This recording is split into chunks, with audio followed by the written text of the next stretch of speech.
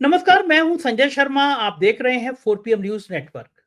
मैंने पहले भी कहा था कि मैं जब छोटा था तो मैं कुछ कहानियाँ पढ़ के रोमांच में आ जाता था, रो पड़ता था। उसमें पन्ना धाय की कहानी थी जो अपनी सेवा के लिए अपने बच्चे को कुर्बान कर देती है। उसमें गुरु गोविंद सिंह जी की कहानी थी जो अपने बच्चों को दीवार में चुनवा देते हैं। उसमें तमाम ऐसे लोगों की नायकों की कहानी थी जो घास की रोटी खाकर और लड़े थे और अपने स्वाभिमान के लिए, अपने समाज के सम्मान के लिए, अपने देश के सम्मान के लिए जान कुर्बान कर दी थी। ऐसे नायक हैं जो हमें आज आत्मसम्मान से जीना सिखाते हैं।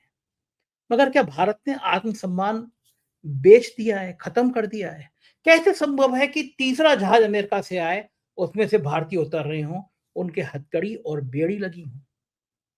चीन को लेकर एक सैम पित्रोदा ने बयान दिया, पूरी बीजेपी हमलावर हो गई। सैम पित्रोदा ने कहा, ये मैंने भारत के संबंध में नहीं कहा, मैंने अमेरिका और चीन के संबंध में कहा, लेकिन कौन सुनता है? फिर मुझे लगा कि चीन के मुद्दे पे बात करनी चाहिए। हमने तो चीनी झालर खरीदना बंद कर दी। तो क्या वाक़ई में हमारी झालर ना खरीदने से चीन की बैंड बज गई? उसको सबक मिल गया कि वो गलवान घाटी में घुसा चला आ रहा है, अरुणाचल में चला आ रहा है, हमारे सैनिकों को मार दिया, तो उसे सबक मिला। चीन के संग धंधा क्या चल रहा है, तो मैंने राजीव रंजन जी से बातचीत करी। अच्छे जर्नलिस्ट हैं, बिज़नेस जर्नलिस्ट हैं, बहुत बढ़िया समझ रखते हैं, पॉलिटिकल समझ भी बहुत बढ़िया है उनकी। तो मैंने उनसे बात करी और फिर बातचीत में कुछ बड़े खुलासे हो गए। बड़ा खुलासा ये हुआ कि वो जो तिहाड़ी भाई 100 करोड़ की रिश्वत में जेल गए थे, उसके पीछे राजीव रंजन भी थे। ये तो मेरे लिए बड़ा शॉकिंग खबर थी कि तिहाड़ी भाई की जेल यात्रा कराने के पीछे की जो कहानी थी, आप सुन के चौंक जाएँगे, आप कहेंगे तिहाड़ी भाई का राजीव रंजन से क्या लिंक? तो ये इंटरव्यू सुनिएगा। और एक बड़ा खुलासा, डर गए हैं अंबानी। क्यों डर गए? अमेरिका से डर गए हैं, चीन से डर गए हैं और इतना डर गए हैं कि अब भारत छोड़ के जा नहीं सकते। आज की बातचीत आपको रोमांच से भर देगी। पहले चैनल को सब्सक्राइब करिए, जॉइन करिए और सुनिए अंबानी की कहानी कि मोदी जी की मदद के बाद भी अब अंबानी भारत छोड़कर भाग नहीं पाएँगे, जा नहीं पाएँगे। चलते हैं राजीव रंजन के पास। कैसे हो राजीव भाई? बहुत बढ़िया-बढ़िया बातें आपसे करने का मन था, तो मुझे लगा कि बिज़नेस के व्यापार से संबंधित जो आदमी सबसे बढ़िया बोल सकता है, जिसके पास सारा डाटा रहता है, वो राजीव रंजन ही है, क्योंकि आप इंटरनेशनल लेवल पे बिज़नेस के आर्टिकल लिखते हो, तमाम चीज़ें पता रहती हैं। सैम पित्रोदा के एक बयान को तोड़-मरोड़ के पेश किया बीजेपी ने, बड़ा हमला बोल दिया कि साहब चीन को लेकर सैम पित्रोदा ने कह दिया कि चीन से हमें बात करनी चाहिए, दुश्मनी नहीं करनी चाहिए। और सैम पित्रोदा कह रहे हैं ये बयान मैंने अमेरिका के लिए दिया था, भारत के लिए नहीं कहा था। लेकिन फिर मुझे लगा कि वाक़ई में देश ने तो चीन से सब रिश्ते तोड़ लिए होंगे, क्योंकि चीन हमारा दुश्मन है। गलवान घाटी में उसने हम पे हमला किया, घुसा चला आ रहा है अरुणाचल प्रदेश में, डर ही नहीं रहा हमारे प्रधानमंत्री से वो। और फिर मुझे लगा कि प्रधानमंत्री जी तो बेचारे थे उदार हैं कि जब आए थे चीन के राष्ट्रपति, उनको झूला झुलाया था, अपने हाथ से चाय बना के पिलाई थी। और क्या करे, कोई इंसान क्या करे? मुझे बताइए कि क्या वाक़ई में जब चीन ने हमसे ये हरकतें शुरू करी पिछले 8-10 सालों से, तो हमने अपना धंधा-पानी तो समेट लिया ना? चीन तो ठप हो गया होगा, क्योंकि हमने सोशल मीडिया पे चीन की झालों का बायकॉट कर दिया। सबने कहा कि भाई चीन की झालर मत लगाओ अपने-अपने घरों में, चीन हमारा दुश्मन है। तो हम लोगों ने झालें नहीं लगाई, तो इसका चीन के व्यापार पर तो असर पड़ा होगा, चीन अब पीछे आ गया होगा। धंधा-पानी है क्या? ज़रा मुझे समझाइए कि हमारी झालर ना लगाने से चीन के धंधे पे कितना असर पड़ा और भारत अपने दुश्मन से समझौता व्यापार-व्यापार कर रहा है, कोई खत्म हो गया? मैं ये कह रहा हूं कि सेंचुरी मार दिया चाइना ने। चाइना जो इंडिया को एक्सपोर्ट कर रहा है या इंडिया जो चाइना से इंपोर्ट कर रहा है, वो लास्ट फाइनेंशियल ईयर में 101 बिलियन डॉलर या 101 अरब डॉलर जो आप लोग बोलते हैं हिंदी में, 101 बिलियन डॉलर क्रॉस किया है। और इंडिया ने कितना एक्सपोर्ट किया है चाइना को? 16.67 बिलियन डॉलर। यानी 101 बिलियन डॉलर का हमने माल मंगाया चाइना से और हमने 16.5 बिलियन डॉलर के आसपास का माल उनको एक्सपोर्ट किया। अब ये बस केवल मनमोहन सिंह, इतना? केवल हाँ इतना? जी, तो ये हमारी जो जी, झालर-वालर थी, इसका असर नहीं पड़ा उन पे? कोई असर नहीं पड़ा। वो तो एकदम लबालब जो है चाइना जो है यहाँ पे हर तरीके के आइटम्स जो है उसकी डंपिंग कर रहा है। और मैं आपको सेक्टर वाइज मतलब कुछ एग्जांपल लेके भी बताऊंगा, समझाऊंगा। पर आप देखिए कि 2000 मतलब लास्ट फिस्कल ईयर में इन्होंने 101 बिलियन डॉलर का इंडिया को एक्सपोर्ट किया है। इंडिया ने इंपोर्ट किया है 101 बिलियन डॉलर और सिर्फ 16.5 बिलियन डॉलर एक्सपोर्ट किया है। यही जब मनमोहन सिंह, जिनको ये इतना ज्यादा उल्हाना देते हैं या शिकायत करते हैं उनकी आर्थिक नीतियों का, मनमोहन सिंह जी के टाइम में जो टोटल बायलैटरल ट्रेड था वो था $71 बिलियन का। $71 बिलियन में उस टाइम में एक्सपोर्ट जो चाइना इंडिया को करता था वो था $58 बिलियन, और 13.5 बिलियन डॉलर के आसपास जो है वो इंडिया जो है वो एक्सपोर्ट करता था चाइना को। तो आप सोचिए वहां 13 और 58 ऐसा था 2014 में जब मनमोहन सिंह जी थे। और 10 साल बाद चाइना के खिलाफ हम ये करेंगे वो करेंगे, स्वदेशी मूवमेंट में, stand up India, make in India और तमाम तरीके की नीतियों को लेके आया गया है। उसके बाद भी हुआ क्या, $58 बिलियन से हमारा इंपोर्ट जो है चाइना से बढ़ के $101 बिलियन पे पहुंच गया, सेंचुरी मार दिया। अब मैं आपको सबसे बेस्ट एग्जांपल देता हूं स्टील इंडस्ट्री का। आपको जान के ताजुब होगा संजय जी कैसे चीजें इंटरकनेक्टेड रहती है, कैसे चाइना छींकता है तो भारत को बुखार चढ़ जाता है। इसका बेस्ट एग्जांपल मैं आपको देता हूं। चाइना में रियल स्टेट मार्केट की हालत बहुत बुरी है, और आप सभी ने सुना होगा कि वर्ल्ड का सबसे बड़ा रियल स्टेट का बैंक्रप्सी हुआ था। एवरग्रांड करके कंपनी जो है चाइना की सबसे बड़ी रियल स्टेट कंपनी, उसने बैंक्रप्सी के लिए फाइल किया था। तो वहां पर रियल स्टेट सेक्टर की हालत बहुत खराब है। अब रियल स्टेट सेक्टर में कंस्ट्रक्शन में लगता है स्टील, तो चूंकि नए घर बन नहीं रहे थे, क्योंकि नए घर बिक नहीं रहे थे, तो बनने कम हुए, तो जो स्टील वहां लगता था वो स्टील कहां जाएगा। तो बहुत सारी, अच्छा मैं एक एग्जांपल और मतलब एक चीज और बता देना चाहता हूं। वर्ल्ड में टोटल स्टील का जो प्रोडक्शन होता है वो करीबन होता है 1.5 बिलियन टन, ठीक है। उसमें से अकेला जो चाइना जो, सॉरी 1.8 बिलियन टन, जिसमें अकेला चाइना जो है वो 1 बिलियन टन जो है वो स्टील बनाता है।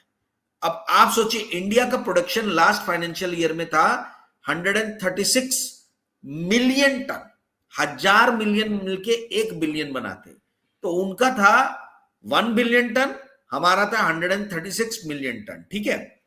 अब चाइना में कंस्ट्रक्शन एक्टिविटीज कम हुई, स्लो डाउन हुई, तो बहुत सारी स्टील बनाने वाली जो रोलिंग मिल्स थी उनके पास में स्टील पड़ा हुआ था। तो उन्होंने क्या किया, इंडिया में स्टील डंप करना चालू किया। और यहां की गवर्नमेंट इतनी डम एंड डीफ है कि इन्होंने स्टार्टिंग में कुछ किया ही नहीं कोई एक्शन लिए नहीं। उसके कारण हुआ ये कि इंडिया का इंपोर्ट स्टील का जो है, ये जो करंट फाइनेंशियल ईयर FY25 चल रहा है, इसमें 41%, 41% हमने इंपोर्ट ज्यादा किया स्टील का, और निर्यात हमारा 36% कम हो गया। जो विश्व को निर्यात करते थे 36% स्टील कम हुआ, और आयात जो है वो 41% ज्यादा हुआ। उसका नतीजा ये हुआ कि आज इंडिया की जो स्टील कंपनीज हैं वो 1 लाख करोड़ के ऊपर के स्टील की इन्वेंट्री पे बैठी हुई है। स्टील बन के पड़ा हुआ फैक्ट्रीज में 1 लाख करोड़ के आसपास का स्टील जो है वो पड़ा हुआ है। यही कारण है। ये बताओ, मैं राजीव जी, मैं माफी चाहते हुए रोकूंगा। ये बात पक्का मोदी जी को पता नहीं होगी, वरना मोदी जी ऐसा कैसे करते हैं कि बाहर से माल मंगाए भेजे जा रहा है चीन, हमारा स्टील जा नहीं रहा है कहीं पे। आपको लग रहा है पता होगा प्रधानमंत्री को? मुझे तो नहीं पता तो होगा, क्योंकि नवीन जिंदल ने एक स्टेटमेंट दिया। तो भाजपा में ही आ गए हैं, भारतीय जनता पार्टी में। भारत सरकार ने 15% की बेसिक, अरे मैं फिर एक रुकूंगा, फिर सॉरी। ये नवीन जिंदल वही है ना जो आपकी रिपोर्ट थी, खोज की पत्रकारिता आपकी थी, और एक पत्रकार उसी रिपोर्ट को ले जाके नवीन जिंदल से 100 करोड़ रुपए की रिश्वत मांग रहे थे, और तिहाड़ जेल में चले गए थे, और तिहाड़ी कह रहे थे। ये वही नवीन जिंदल है ना जो एक पत्रकार आपकी खबर को बेच रहे गए थे वहां पे? बिल्कुल वही है। अभी भी बॉम्बे हाई कोर्ट में केस चल रहा है। पिछले 11 साल से मैं केस लड़ रहा हूँ। आप लड़ रहे हो? जी मैं लड़ रहा हूँ। और मेरे वकील, किस बात के लिए?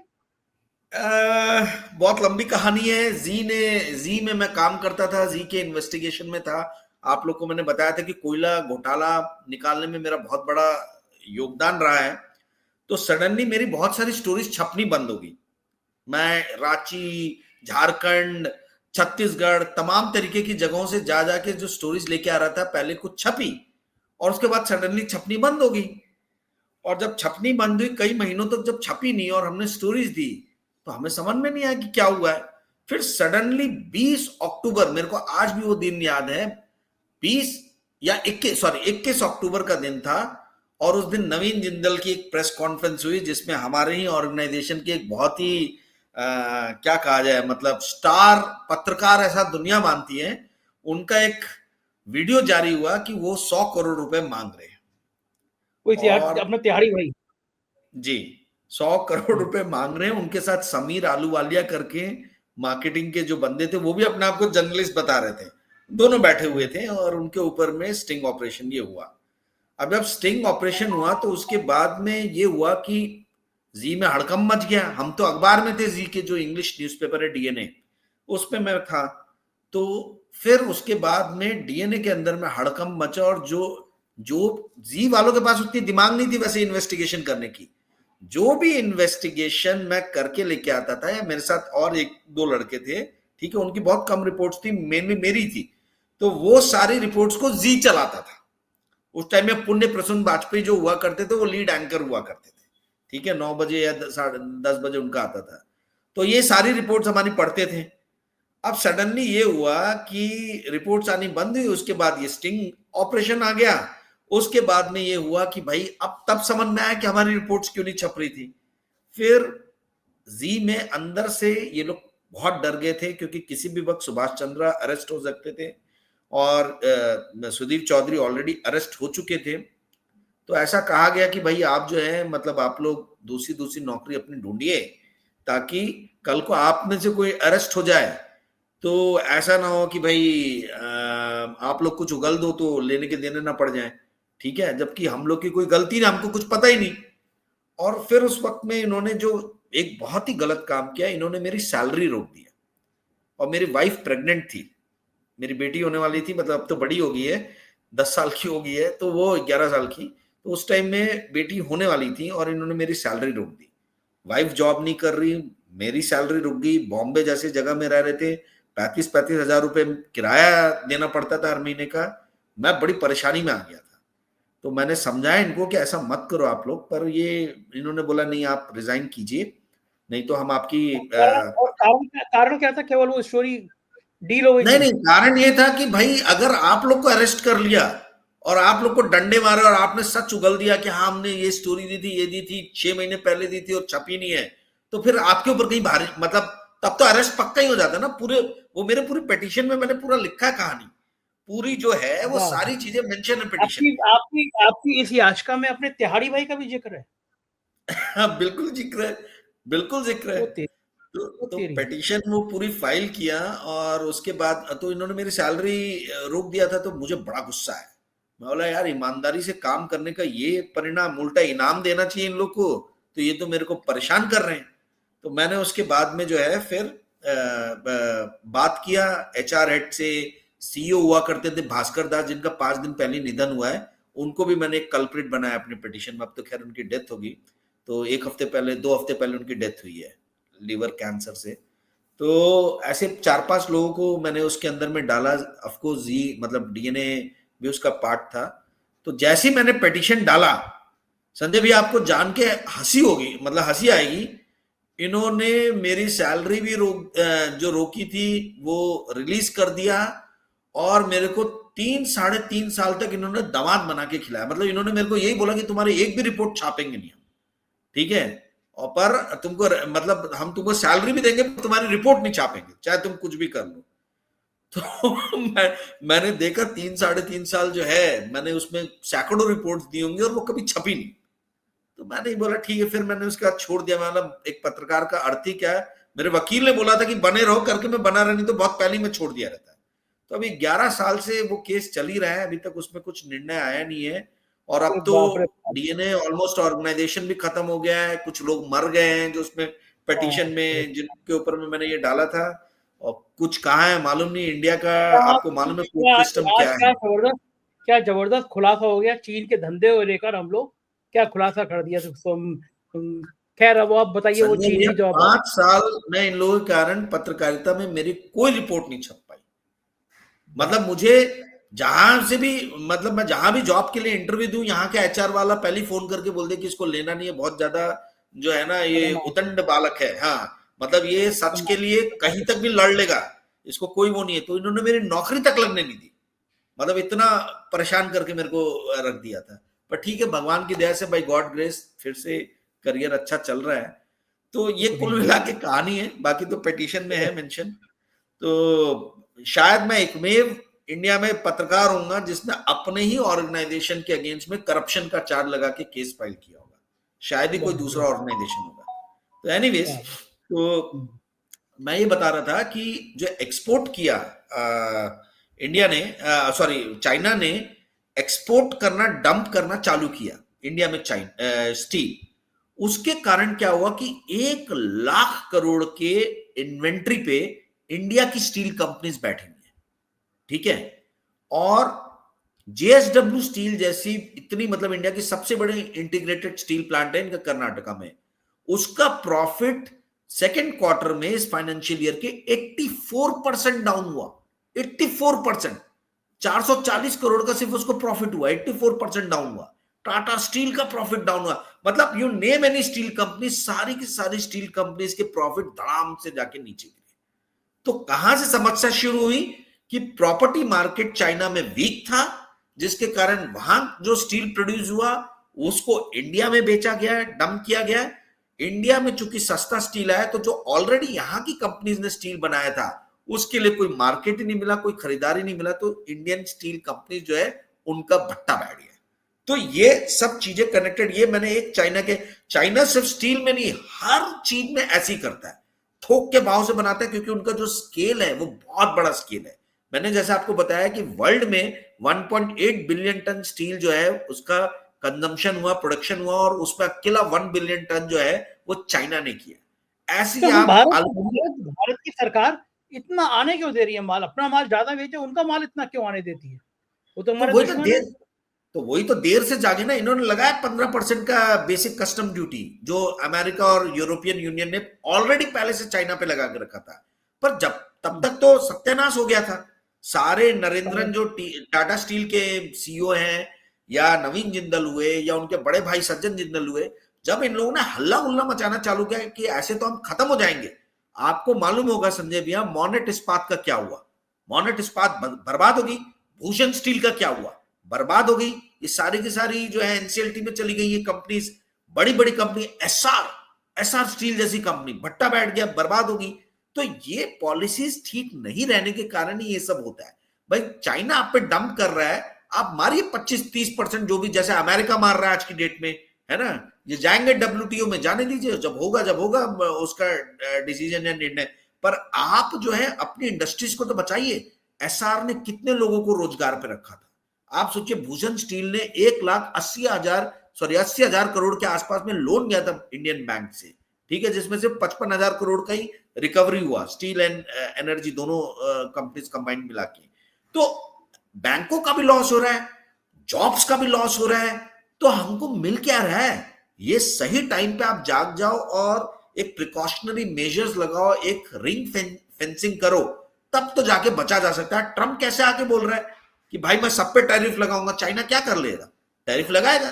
$300 बिलियन का ट्रेड डेफिसिट है अमेरिका का चाइना से, यानी अमेरिका जो इंपोर्ट करता है वो $300 बिलियन ज्यादा है बनिस्बत जो एक्सपोर्ट करता है चाइना को। तो अमेरिका अपने आप को बचा रहा है ड्यूटीज लगा के।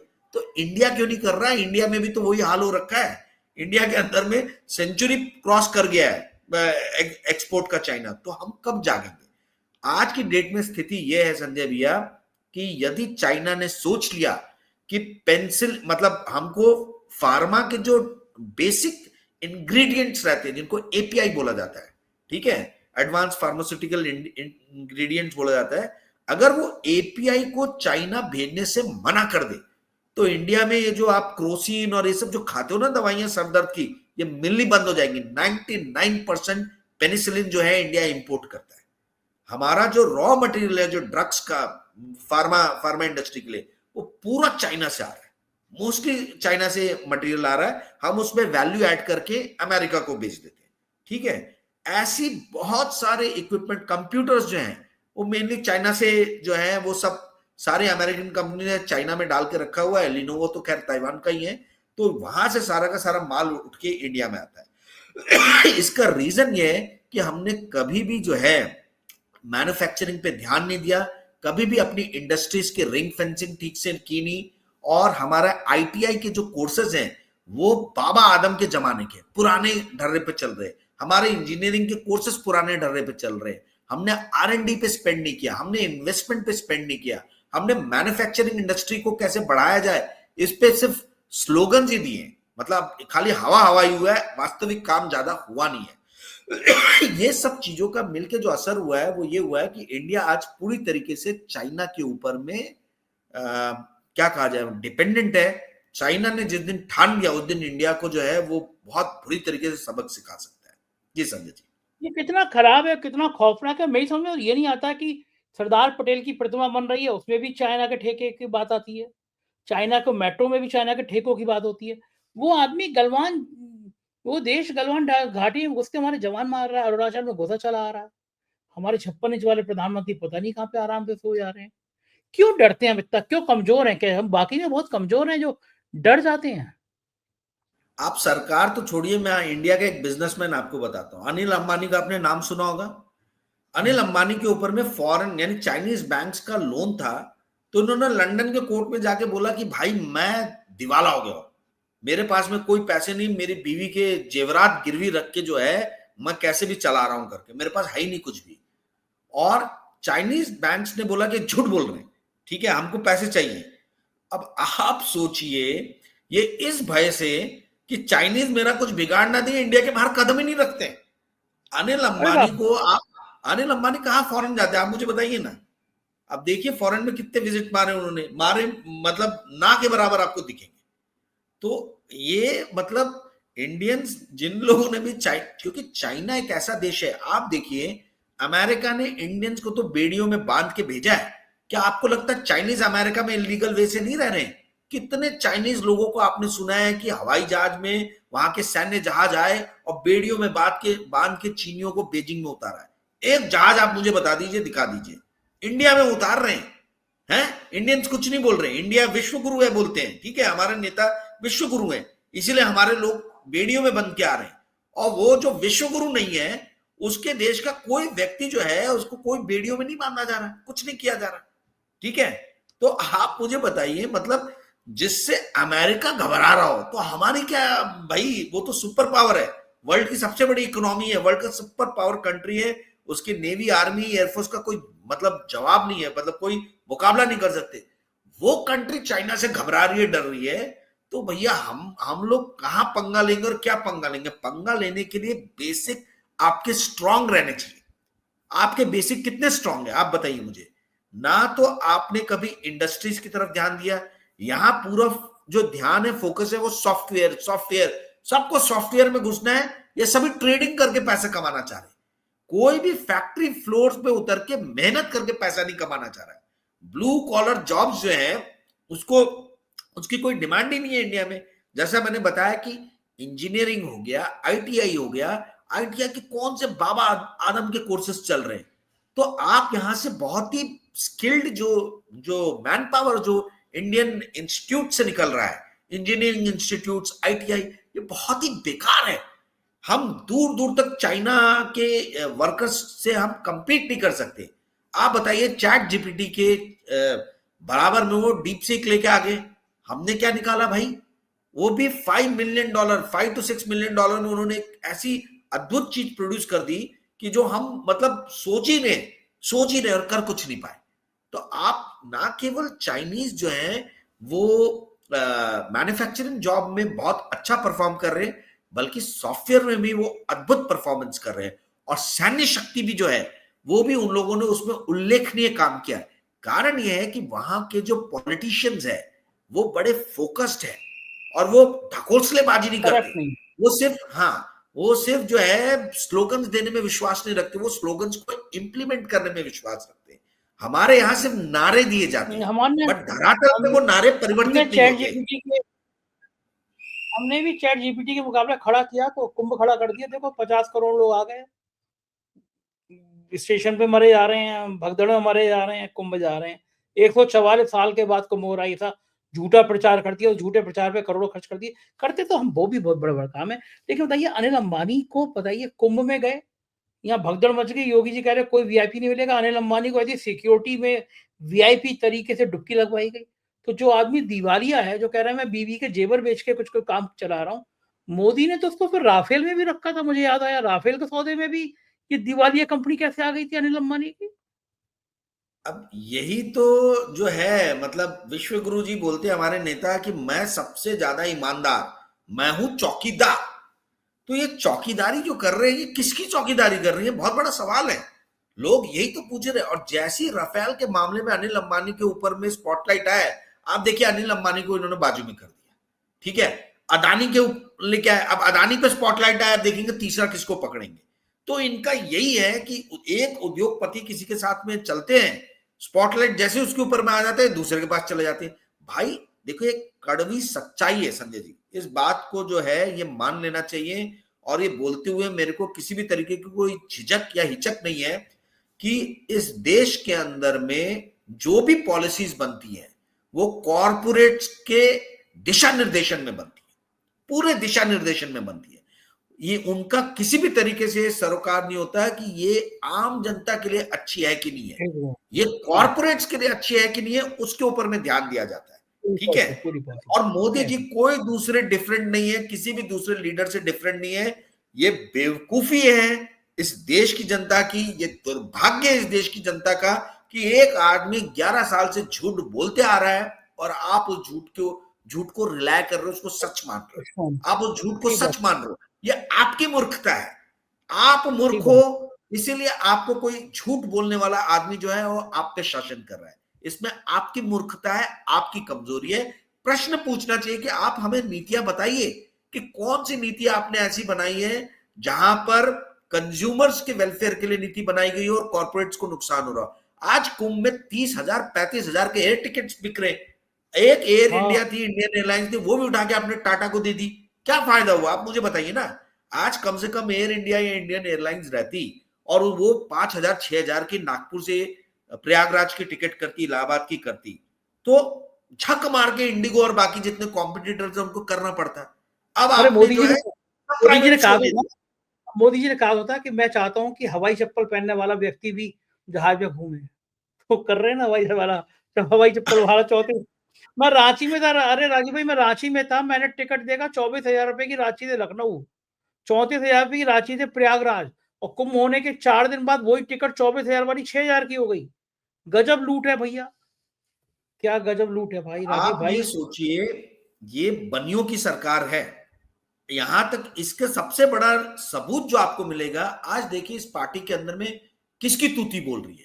पीयूष गोयल हैं, सुनील बंसल, ये कौन लोग हैं, कहां के जननायक है आप मुझे बताइए। ये तो बाद में, मतलब ये तो अभी पीयूष गोयल मतलब सबसे सेफ सीट पकड़ के उनको लड़वाया गया।